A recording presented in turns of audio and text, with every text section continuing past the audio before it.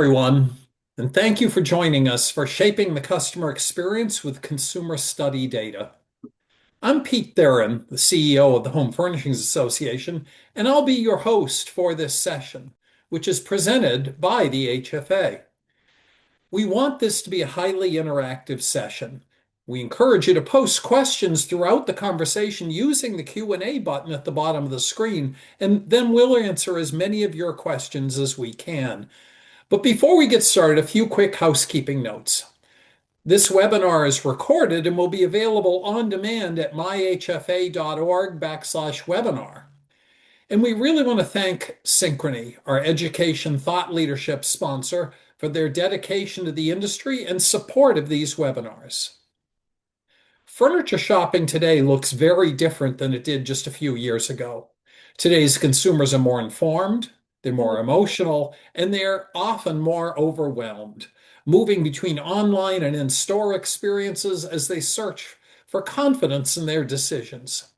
In today's session, we'll look at new research that reveals that today's furniture shoppers really think, feel, and do, from the factors influencing purchase decisions to where frustration shows up in the journey, and how retailers can better connect through messaging, media, and brand strategy. Joining us today are Nicole Bergen, Founder and Chief Marketing Officer, and Jennifer Johns, Vice President at Elevate Marketing Research, a leading consumer insights and marketing strategy firm focused exclusively on the furniture industry. They'll share key findings and practical takeaways to help you to better understand today's shopper and to unlock new growth opportunities. Let's jump right in. Let's start with the emotional side of the shopping journey because your research makes it clear that frustration is playing a much bigger role than many retailers realize. Your research highlights meaningful frustration in the furniture shopping journey. And from a leadership perspective, what are the most critical friction points retailers need to address today, and which organizational strategic changes will have the greatest impact on restoring confidence and joy in the experience? Lot to unpack there, right? There is a joy gap that I sort of summarize it, Peter, that we've just lost for the consumer in the shopping experience. It used to be fun to buy furniture, and the research is really clear on this point. It's just sadly not fun anymore, and it's such a bummer. JJ, what are your Yeah. thoughts?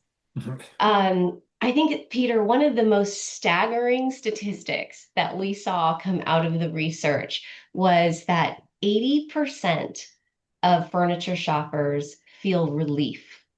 80% feel relief once the purchase has been made. And from our perspective, you know, that's a stressor.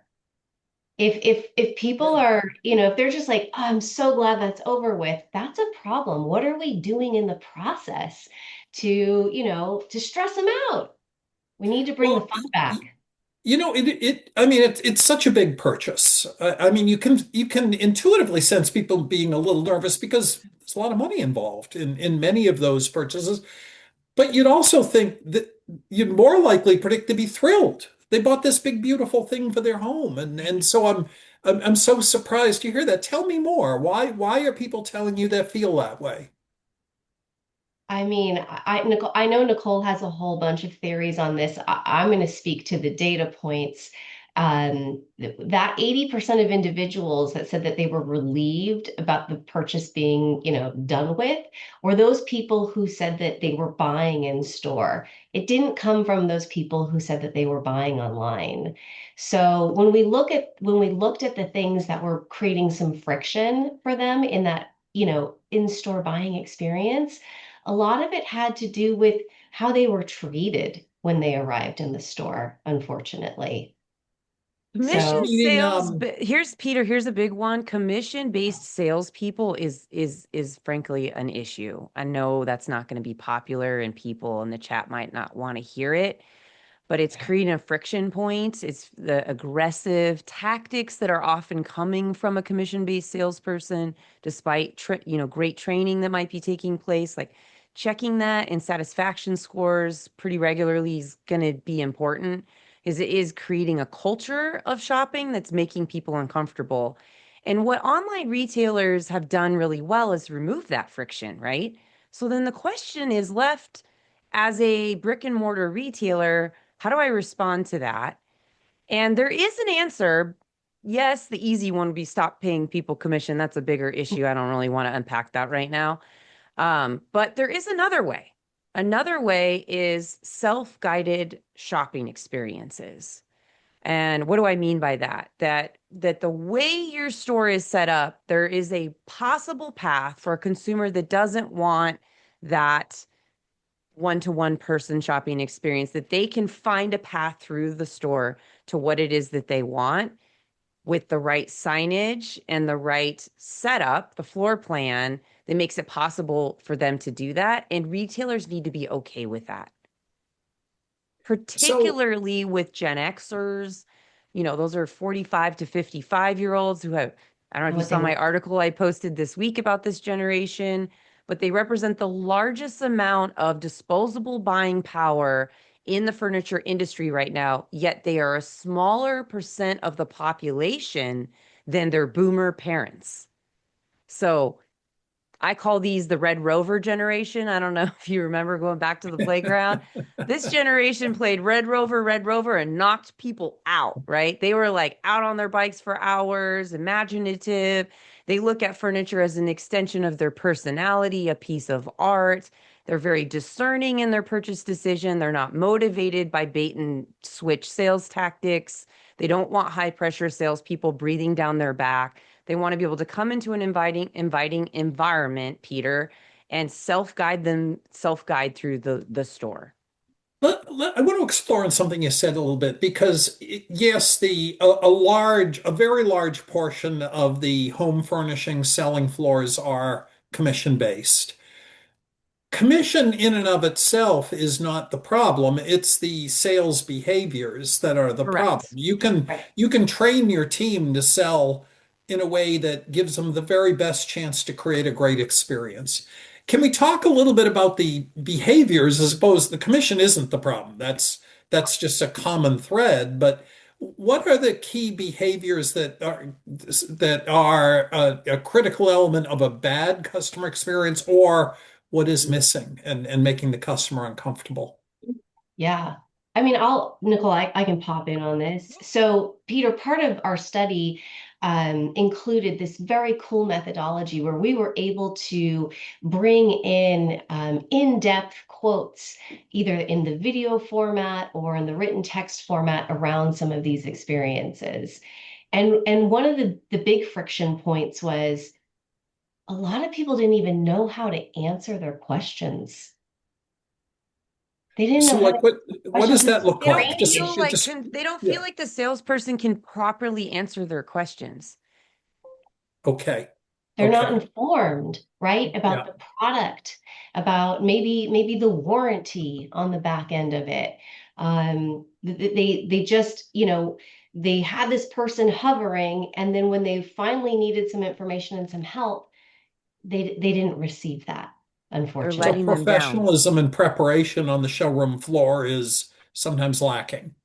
You Yes. know, and we were, a lot of us were at market this past week in Vegas, and I was speaking to a CEO of a large retailer, and he was sharing with me that one of his big focuses this year, which I think is right on, Peter, is helping salespeople know how to ask the question to get to the bottom of the what the emotion is about the purchase. So an example he gave me was buying a dining room set, right?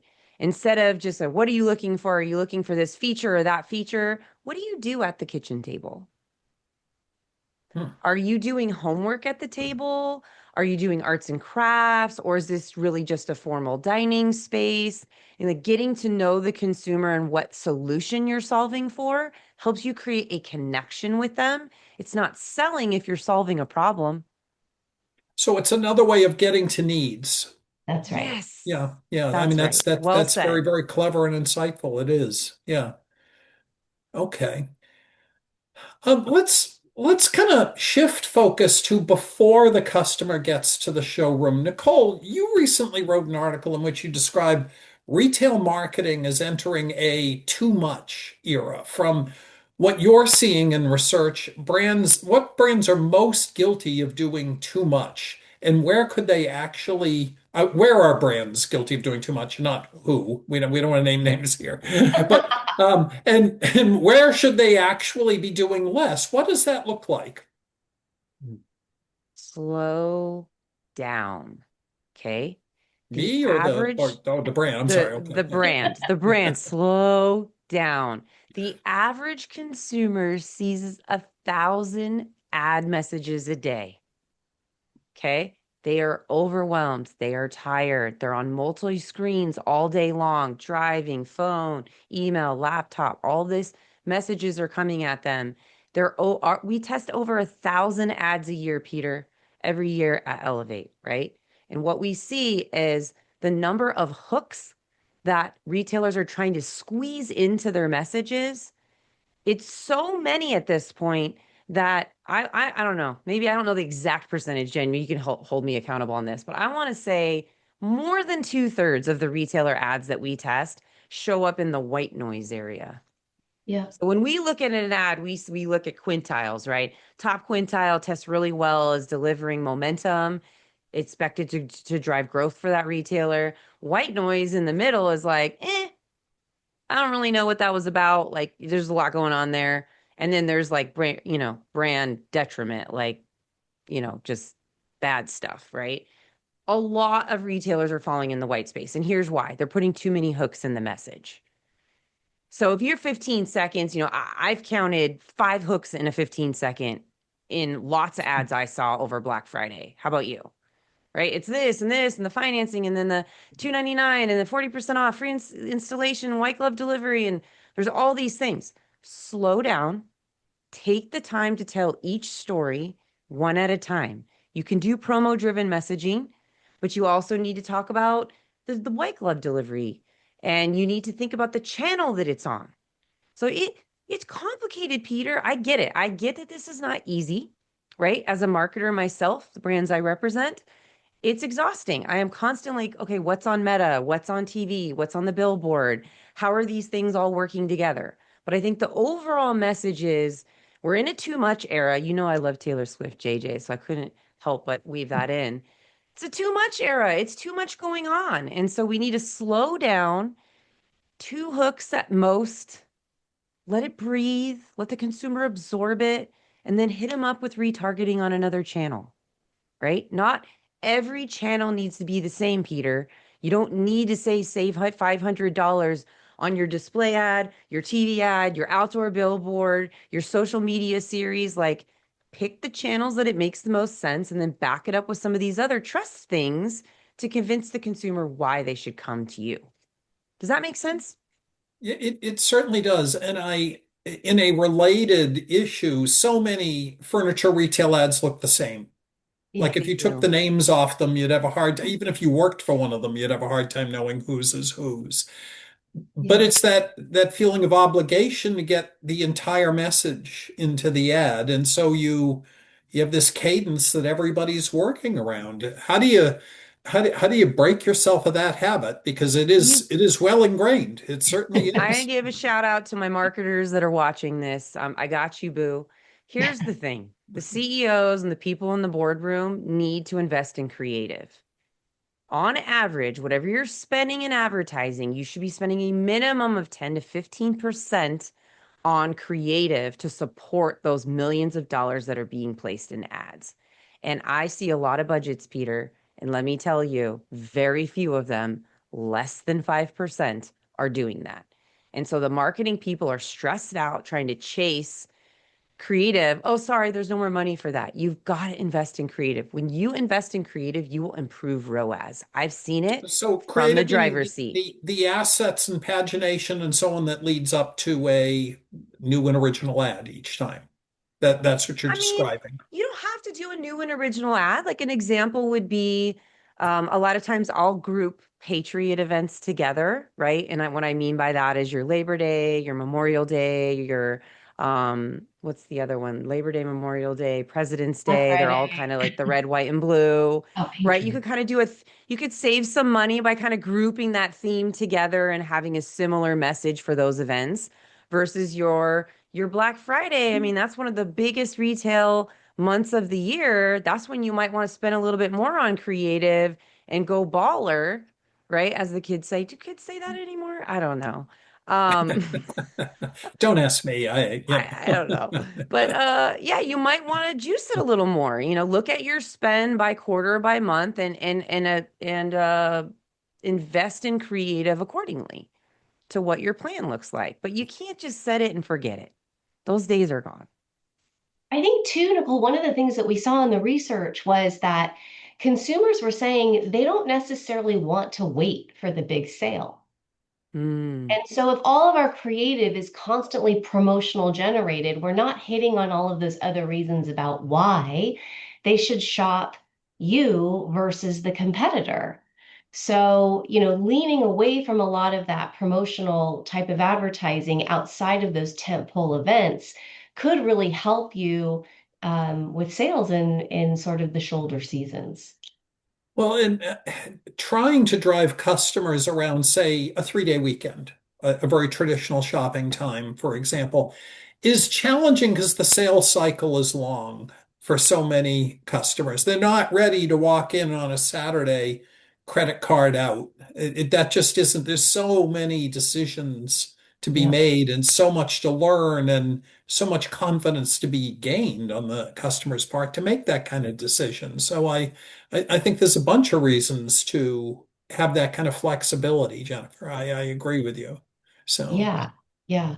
In fact, I mean, we developed these personas through the research, and the largest persona of all furniture shoppers in this country, roughly 40% of them are what we call value-driven skeptics. And their sales process is much longer than the rest of them. They're doing more homework, they're looking more at reviews, they're shopping all of the different options, they're looking online, they're coming in your store, they're going in 4 or 5 other competitor stores as well. So you're right. And that's 40%. 4 in 10 of your customers out there, their shopping process is a lot longer. so they start out, if I understand you correctly, they start out distrustful or feeling like they need more information to be certain they're making the right decision. Am I right? Or No, you yes. are right. You're Yep. right. And And reviews. I hate to say this, Jen, but it's just, it's facts is unfortunately the furniture and I've seen it in focus groups. I'm sorry. Um, it's now the furniture industry is starting to be referenced like used car salesman. Like I've Yikes. literally heard that term used in focus groups by furniture shoppers right now in America. and We're creating that problem with the bait and that switch tactics, the aggressive salespeople, they're not being able to ask the right questions. So, going back to that comment from the CEO I was talking to at Market, he's absolutely right. We've really got to invest in helping solve the problem, the need, and connecting with the consumer so they don't feel that way Less What is in the the case. store. difference between that? I mean, the cliche used car salesman is it speaks volumes. What is the difference, the key differences between that and a wonderful consultative sale process? Someone that offers them water when they walk in, gives them the space to do what they need, that is more of a consultative approach, like we're talking about. I gave the example of the dining room table. What do you do at your table? How much time do you spend there? Or is your bedroom furniture, is it important to you? Do you like to watch TV? Maybe at adjustable base is something you need to think about. Do you want this furniture? Are you planning on moving anytime soon? Like asking problem solution type questions to diagnose, if you will, what the consumers needed and make them feel like you're an additive part of the investigative process, that you're not a Yeah. coach, you're a team member, right? You're not telling them what to do, you're helping them look at the different viewpoints and make a decision. Does that answer your question? Yeah, I do. I understand the gist of what you're saying there. It's not a simple question It's either, not. but it is a very different approach to what excellence, an attitude about what excellence looks like. Sure. I, I'd like to talk about, because we've talked a little bit about the pushed out outbound marketing that so many of our retail colleagues are doing every single day to try to drive cars in the parking lot or clicks to their site. Can we talk a little bit about the role of influencers as people are Ah, one beginning of my their journey? favorite topics. What does that, how do people respond to that? What role does it play? What are the positives from it? But what are also the negatives that we have to, as a retailer, have to help the customer to manage? I mean, there's a lot of input coming to them. Sure.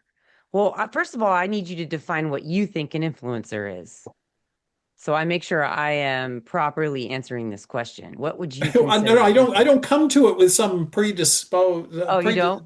no. Okay. I mean, I see, Because like reviews are influencers. yes, no, reviews are influencers. Online reviews are a form of influencer. But then Yeah. there's also, let's put them into categories. There's the celebrity influencers, like a Kim Kardashian, let's say, one of the biggest influencers online. And then there's what I call micro influencers, right? A hyper local mom in Utah that loves shopping and is designing a new home and is coming into retailer to pick for the kid Barney's room or whatever, right? Something like super hyper local. Um, that's really different than those other two camps we just talked about. The hyper local, and then maybe a more polished version would be local designers who are just filling their Instagram feed, beautiful images, talking about the great things they're doing. All of those things cause people to either develop a point of view about what kind of design they want in their home or get more confused about the kind of Yeah. design they want in their home. So to talk about the role all of those things play in preparing someone to be capable to start shopping for how they want their home to look. Well, let's talk about the facts first, Jen. Stats on social media and its influence. I think maybe we should start there, and then we can transition to how does that play out.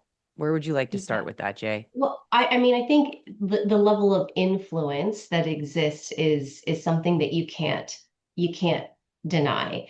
Um, half half of all furniture buyers in this country say that social media is influencing their decisions. So you've got to have a strategy. You have to be there. 50%, ladies and gentlemen, in case you just logged into the webinar, 50% of American shoppers in the furniture industry say that social media influencers are impacting their decision making in Yeah. 2026. Yeah. And then when So it the comes answer to, is you got to yeah, be there, Peter. You got to be there. you got to be Go ahead, there. Jay. And content is hard, right? Especially in this space. Even for the influencers and for our marketing friends on the call, you have to be constantly reinventing yourself. So to Nicole's point earlier, asking for that budget to do that is imperative. You have to have it. But the things that the research showed that people want to see on these social platforms, budget-friendly decorating ideas, that came out on top. So how can I get that look that I want for my specific space and in my budget, right? So I like to equate it to, I don't know how many gals are on the call. There used to be this thing in People magazine, who wore it best, right? Same outfit, um, different person, and then there would be a how to do it on a budget type of thing. Well, I mean, that's exactly what they're looking for. Give me something that's really inspirational that I can look at, but then show me how I can achieve that in your store. You know who does this really, really well, actually, Nicole? Mathis. Mathis. Mathis. So Mathis on their website actually has um, all of these beautiful locations around the world that are inspired by different types of looks and design. And then they show you how you can achieve that with the items that they carry. It's brilliant. Okay. So I think that's one of the biggest pieces. And then So before and after, again, like that's another big inspirational thing. What was my room like before? What is it like now after? That transformational element. These are the kinds of things that inspire the purchase and think to allow people just to realize I can do this. People So the love, Peter, what real you're quick, the describing is you're advocating the retailer become an influencer. In other words, don't become an advertiser. I mean, that's part of your strategy too, of course, but become an influencer too. And how is that? What are the key elements of trying to become a credible influencer then? How would you describe that? A real simple execution of this is what West Elm does. I don't know if you've heard of the hashtag My West Elm. So if you buy something from West Elm, like this table over here, I could take a photo of it and I push it on my Instagram and My West Elm. And they have a feed, a product feed in their website that if a customer is looking at that product, that it's feeding in through that hashtag My West Elm customer generated photos of that product. And that's something that we see in our research is that real examples, not, I mean, yes, people want to see the stock image that's provided by the manufacturer that's really well lit and all of that stuff is cool. But there's a lot of activity happening below the fold online with the customer reviews, especially if there are photos.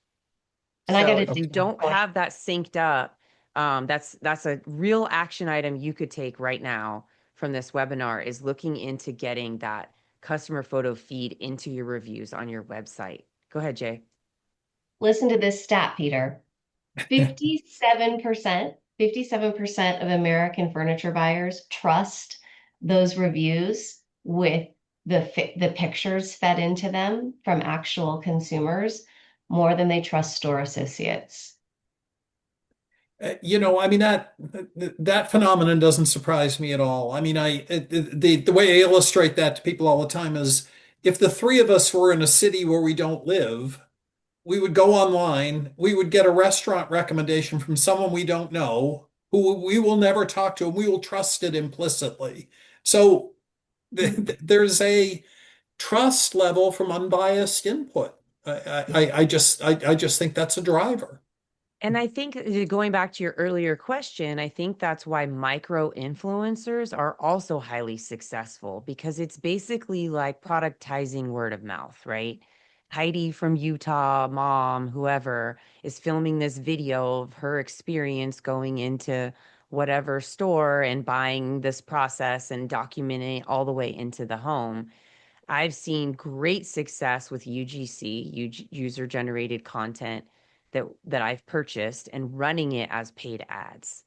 Think of it as the new top of funnel. So like when we think of advertising in marketing land, we have our top tofu, top of funnel, which in the past would be things like outdoor billboards, radio, TV. We have our middle funnel, which is more educational, email marketing, things like that. Then we have our bottom funnel, like PPC, Google, whatever. Some of these things, some of these channels like YouTube and Meta are now top of funnel tactics too. So like you can run a micro influencer campaign on Meta to create awareness and then retarget a person who saw that video with a promotionally driven ad to come buy now all in one ecosystem within Meta. So I think we need to rethink, how we're presenting our brands to the consumer across these channels. There's some pretty amazing technology in some of these tech companies like Google and Meta that can help us do that. And very cost effectively, Peter. Do you think influencers just create desire for change or actually cause people to focus on solutions? Where do you think they have the most impact? I think both. I think they help drive awareness or curiosity depending on the content, but they also drive purchase. If for those of you that aren't familiar with affiliate, I don't do a lot of affiliate, but um, I like to use UGC and paid campaigns. But these influencers are getting a separate link and they're driving sales and taking 6% and they're seeing tremendous success. I mean, they're full-time jobs influencing communities, helping sell products, pushing people to stores and financially benefiting. So it obviously works, or they wouldn't be doing it, right? They wouldn't be quitting their day jobs to do this full time. They're driving sales Yeah, legitimately. yeah.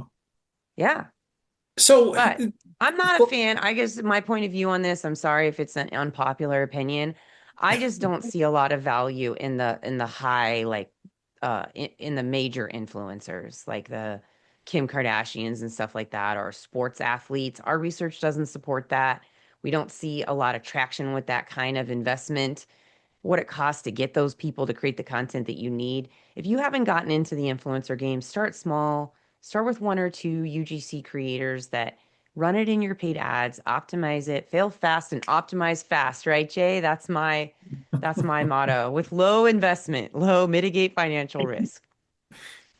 so intrigue is there. For whatever reason, the customer's dissatisfied with what they have. People have shown them in some way it could be better. So they need to start shopping in some way. A lot of that decision making and engaging into the shopping process happens across multiple channels, not just in one place. Your research looks closely at online versus in-store shopping. Where are customers experience the most friction, the most dissatisfaction in your observation? Both for different reasons, right? The people that shop online are mad they can't touch and feel. And the people in store are frustrated with the salespeople being too aggressive. But here's the good news for retailers on this call: 76% of America still wants to come into your store and see the product in person. Yeah. So while there is always going to be a place for Amazon and Wayfair, and there is a consumer that just wants to get it over with online, the good news, furniture industry, is that a lot of people still want to come hang out with you in your store. Yeah. You just got to invite them in the right way. And treat them well when they get there. That's So, right. Ask the Mhm. right questions. And ensure that that post-sale process is really smooth too, right? Mm. That's one of the things that I don't know that we talk about enough. We focus so much on, how do we get them in the store? How do we close them and sell them? But what are we doing on the back end to create loyalists? What okay. kind of experiences are we offering? Does your research indicate kind of where the ceiling is for where customers are comfortable making an online purchase? I mean, like Like the price? yeah, or the complexity of the product maybe too. But I mean, like, would somebody buy an $8,000 sectional clicking the buy button? Well, I'm guessing most people would need more before they're ready to make that purchase decision. But what does your research show you on that? I don't think that we actually did anything around, what is No. sensitivity to price, in terms of, what you're willing to pay for online versus, what you go into the store to check out. But to your point, Peter, I mean, are you going to spend $8,000 on a sofa and not go sit on it and make sure it's super comfortable? Probably not. The other Well, research I've seen on that nationally is that the higher the ticket, the less likely. But I mean, there are people, there's always exceptions that would be willing to do that. It's not the majority. I mean, I go back to the stat I shared earlier that two-thirds of America wants to come and touch and feel. Yeah. So I think that's still really strong and compelling stat for brick and mortar. Yeah. the friction you described for people who are trying to shop online, mostly what you said, if I heard you correctly, is but they still want to come into the store. Is there more shortfall in the customer experience online other than that? I mean, where else are they experiencing frustration? I don't know. I don't know that we really explored that in this research, Jennifer, but I know through other studies I've seen, like web studies, that a lot of times, like we talked about reviews, missing reviews, photos, product descriptions not being detailed enough. It creates hesitation in the decision to make the purchase. This is where like AI chatbots and things like that can be really helpful to guide the consumer online. If they're hesitating, you can pop over to the chat and talk to a person or a bot to get a question answered to decide. I think that happened to me on Room and Board's website. And I think it was a real person because it was quite a bit of back and forth. There was a really good AI. And it helped give me some confidence. I'm like, I don't know the depth on this measurement on the site for this particular item is saying X, and I'm not sure if it's going to fit, and the person was sort of helping me and removing that friction that I wouldn't have had to do if I was in store because I could touch it and feel it and interact with the salesperson to get that question answered. You know what I mean? Yeah, But there's a I think level the of biggest one, Peter, I know you're looking for something else, but the biggest one is touch and feel by Yeah, far. and that's always been to a certain extent, people can't buy a sofa unless they've actually put their butt on the cushion for a lot of people, Well and said. that doesn't surprise me, you Hmm. know. Yeah, 54% of America, the top testing item, I can test, touch, or sit on items freely in the store. Makes it an enjoyable experience. Well, okay. Mhm. Your research also shows that not all shoppers are created equal when it comes to opportunity, growth potential for that customer. You identified specific consumer personas that represent the biggest growth opportunities. What do those consumers expect from brands today that traditional retail strategies might be missing? Jennifer? So I think, I mean, the first thing that I would mention here is it's so important to understand who your consumer is, right? Nicole talks about this a lot. Mapping that customer to back to your store. Who is it that you're really resonating with? Who are you not resonating very well with? And when we understand who those people are, then we can begin to understand what really, really motivates them. And so we did this persona mapping against 1,200 Americans across the US. I mentioned to you that the largest segment of that persona is what we're calling this skeptical individual. They're doing a lot of research. They're doing a lot of comparison. They're really leaning into reviews. They over-index being a little bit younger, which makes a little bit of sense, right? But at the end of the day, as we look at every single one of these different personas that we uncovered, and there were about, Nicole, I think there were like 8 or 9 of them in total. What we found was that it all came down to the experience. What was that in-store experience like? So it really, I mean, we put it back to the retailers. What is it like when a customer walks through your door? How are they greeted? How are they left to browse? Is there information that's readily available to them at their fingertips without having to ask if they're not ready to? Do we rush them? Do we have a place for their kids to hang out and color or do something? Like, what is that experience like? And that I think is what is consistent, Nicole, across all of the personas that we looked at is what's that in-store experience? Because we've said they all want to come in store. Most of them are probably going to start their journey online, but they're going to come into your store, and that's where you have the opportunity to make them feel great about what they're doing. Are there any personas that have dramatically different needs from the others? Like a persona Yeah. that would identify as being, I'm different. I need this from you that most people don't. What does that Yeah, for exist? example, yeah, of course. Particularly in the luxury segment. So there was a segment of the population, it's about a quarter of the shoppers that are in that higher income bracket, six figures, 150, 200K household income. They're 35 to 44 years old. They're kind of later millennial, younger Gen Xers. They have really high disposable income. They're working really hard. They don't have a lot of time. They're confused by too many options. They're going to be more interested in the design center, someone helping them imagine the space, slower process to quickly get them to the result that they want. They maybe don't have as much time to do the online investigative research that the value-driven skeptics have. And they're looking to be guided. I talk, Jennifer knows I travel a lot for work and things like that. And so like I like to go to a restaurant where someone serves me. I don't want to go to Baja Fresh where I have to go up to the counter and put in a number and think about what I want and they go sit down and then come back and get it. Like I'm just tired. Can you just do it for me? There's some people like that, right? You just need to know if your brand resonates with that group and don't take that for granted. Don't guess at that. You need to do your research to understand because there's a lot of CEOs or owners that were like, yeah, yeah, no, we're super high end. And then we run the research and we're like, actually, you're not.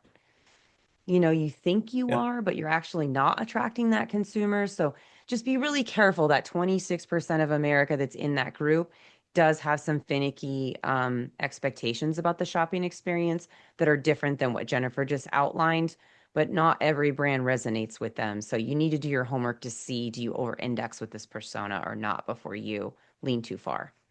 It sounds like you're describing they would value expert consultation Right, opposite right. of being left alone, That's which right. is very different from so many other customers. Yep, So, I mean, absolutely. that's a big difference. And there's obviously, to your point earlier of online retailers, we had another group called the Deal Hunters, and these people are like, yeah, I'm just gonna buy it on Amazon. I don't care if it's very good or not. I just don't want to deal with going into a store. There's nothing wrong It, with that, right? There's a segment of the population that's just comfortable with that exit strategy. Just it's a utility item for them. It's like I just need to get a coffee table. I don't really care. So be and there for them too. the risk, but they value the convenience so much more than the risk of being Right. less than totally satisfied with the Right. But that product. tends to be a younger, I'm just being honest, that tends to be a younger, lower income consumer. Even think about yourself. Like when you were in college, were you going to Ethan Allen to buy a custom sofa? No, you were hitting up IKEA for a quick bookcase and you're like, I'm going to have this for 2 years and eventually I'll buy real furniture. Okay. So, so many different ways the customer gathers information, makes decisions about where they're intrigued and whether they're satisfied. With so many brands saying similar things in similar ways, standing out maybe has never been more challenging or more important at the same time. With so much sameness in retail messaging, furniture retail messaging particularly, what does your research suggest actually breaks through the clutter? Mm. I can't give away too many of my secrets, Peter, but I will give you some. I'll give you some. So, one thing that really stands out to me, Jennifer, is we'll call it assurance after the sale. Okay. And so, what I mean by that is you swiped my card.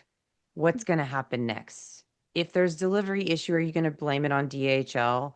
Are you going to back away? Like, oh, that's not us. Or are you going to make it right for the consumer?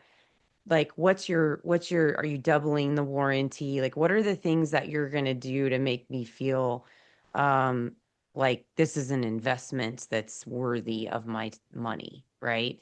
A lot of times this is in the form of like I was in a store recently, my son's turning 13, Peter, and he's getting a new man cave for his gaming, that whatever. Anyway, so I was looking at motion furniture and motion furniture because it has technology in it, right? The salesperson's like, hey, there's this warranty thing. It guarantees the tech for this amount of time. Do you want to add that? It'll really help with in case there's any issues. Like things like that, they give the assurance like this is a proper Yeah. investment and it's going to be okay. I think is a story that needs to be told. And this is where influencers can be really helpful, where you have a little more real estate to tell that story or YouTube videos or various things like that, I think is one thing I would point to. Assurance after the sale. Another one is your experts. And one of my researchers I was just talking to earlier today, there is a retailer on the East Coast that many of us have heard of called City Mattress. And they recently launched a campaign. You can go onto their YouTube, and it's about their sleep experts. And these people can help sleep diagnose. And I thought it was a really interesting execution, Peter, of the standing out from the clutter, the sea of sameness of the sale message driven creative and really kind of taking a step back and being like, here's how we help you solve sleep problems.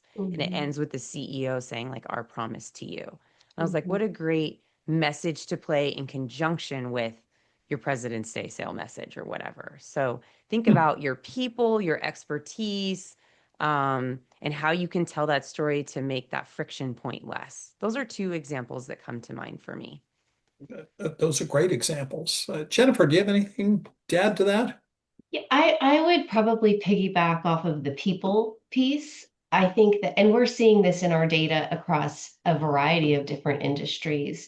If we can humanize our brands and our companies, and really invite people in by making them feel comfortable, by seeing the people that they're going to be interacting with and introducing them, to those individuals.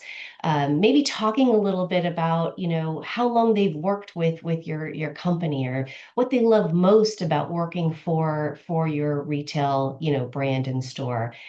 If you can share that kind of pride and experience and really personalize it and create that human connection, people feel good about that. If you treat your employees really well, I know you're going to treat me really well as a customer. So leaning into those kinds of messages as well, I think is something that is a big differentiator and a reason why to go and shop someone, because they've got a fun team, people who really know their stuff. They're warm and friendly. I I love So, think I that. mean, this is there, also, Peter, I think this is where regional retailers have an advantage over national brands, if I'm being honest, where it's a more sterilized kind of one size fits all approach. Like everyone wears the same polo and everyone this and that. Mm, For baseball opening day in Colorado, let all the employees wear Rockies jerseys yeah, and yeah, things like that to bring. Or the Cincinnati Bengals are in the playoffs, and so we're doing for this weekend only if they win. We're doing whatever, and all the let the employees be themselves. And you start to see it in the user reviews, like Jerry in Daytona said, really yeah. helped me with this and it was really cool. So like I know it's scary for CEOs and owners to kind of let some of that control go, but when you let employees be authentically themselves within reason, consumers find that authentic and approachable and they like it, and you see it like them commenting on it in the reviews and things like that. Yeah, mhm. I think there's a comfort to the kind of the enormousness and the professionalism of a national brand, but there's Right. also that opportunity to say we're one of you when you're a local brand. And you can say we're one of you in so many ways. I mean, just Yeah. connection to everything around you that is an advantage too.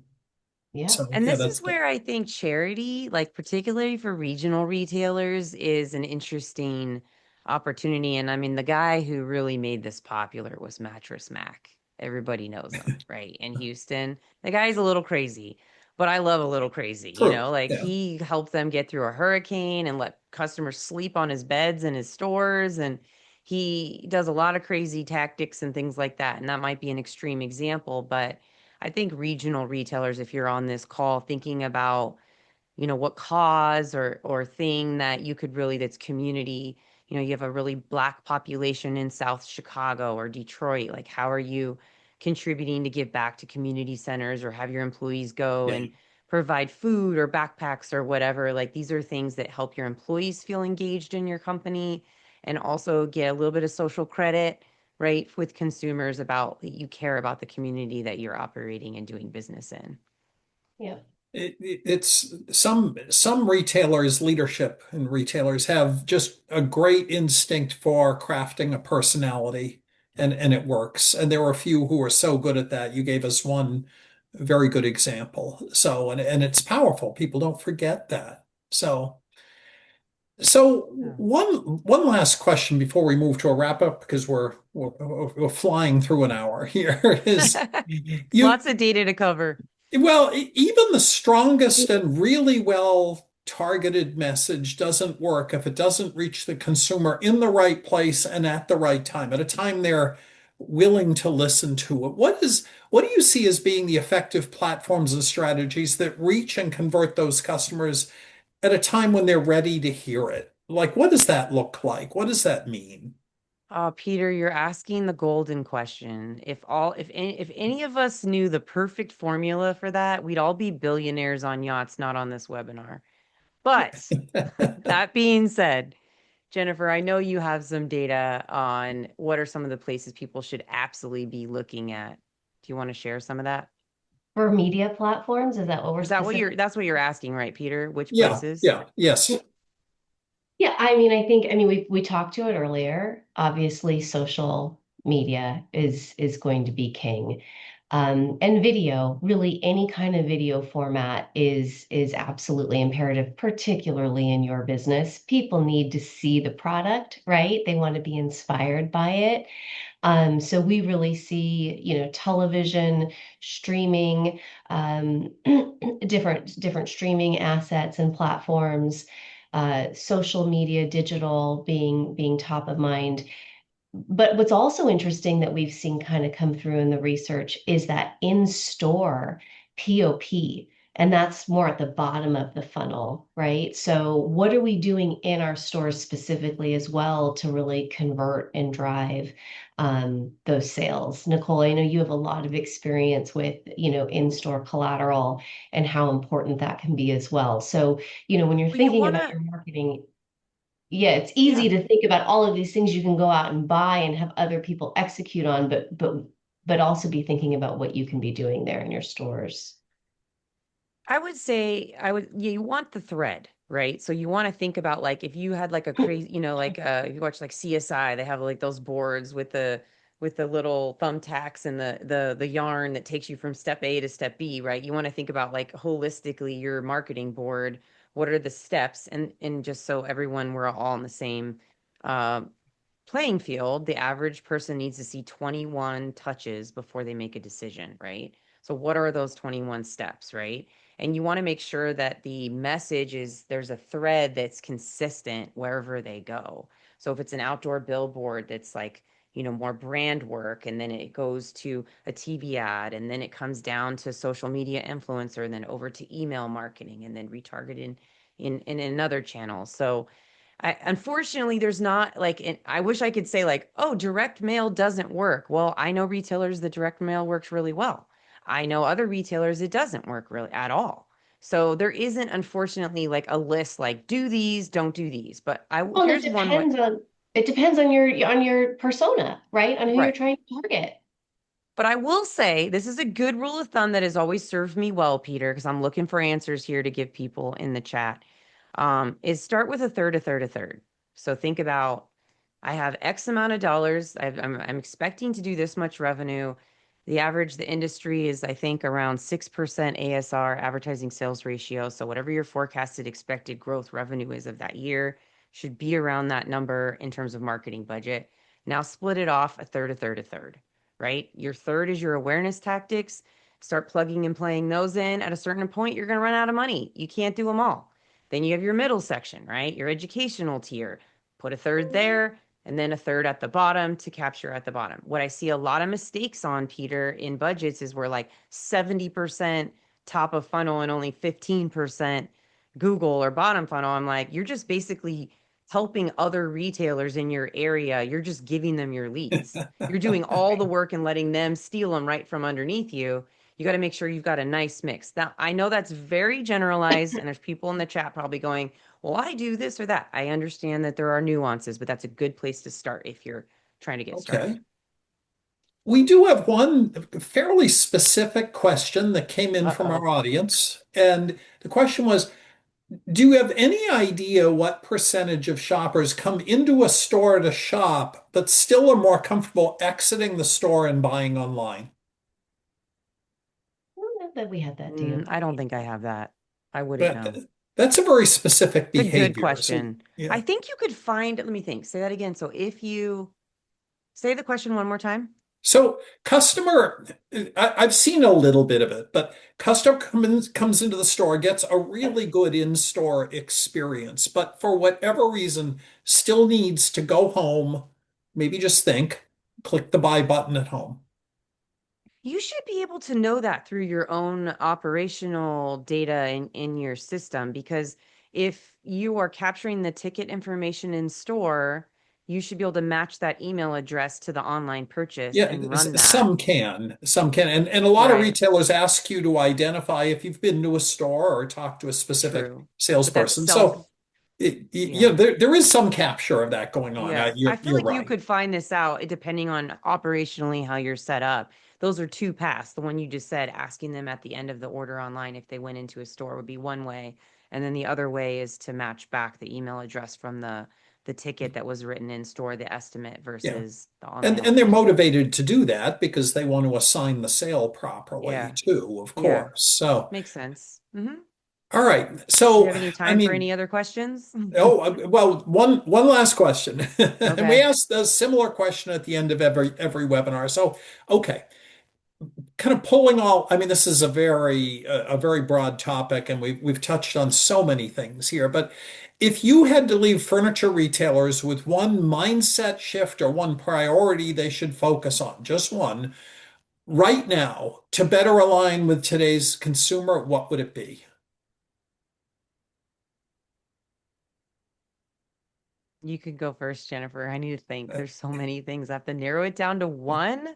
You're saying here's the one, if you're not going to do anything else, do this one thing. Yeah.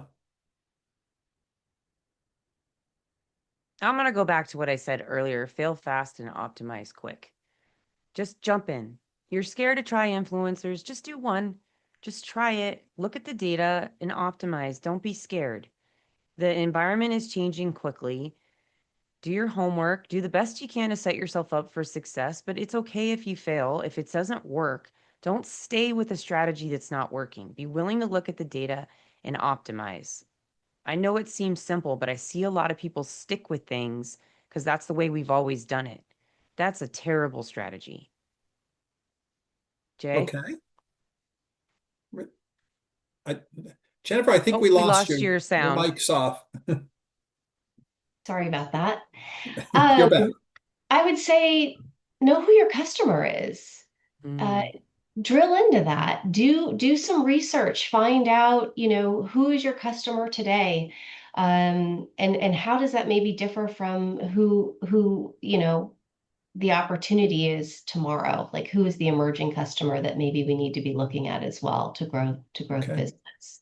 I think that's a good point, Peter, just because I'm surprised how many few retailers check in with that at least once a year. Is your gut real? Put it to the test. Make sure you're talking to the right people so you're not wasting any money. Great Yeah. So idea, Jay. your assumptions may be out of date, is what you're Right? describing. Just double check them. There's a lot of money being spent on gut instincts.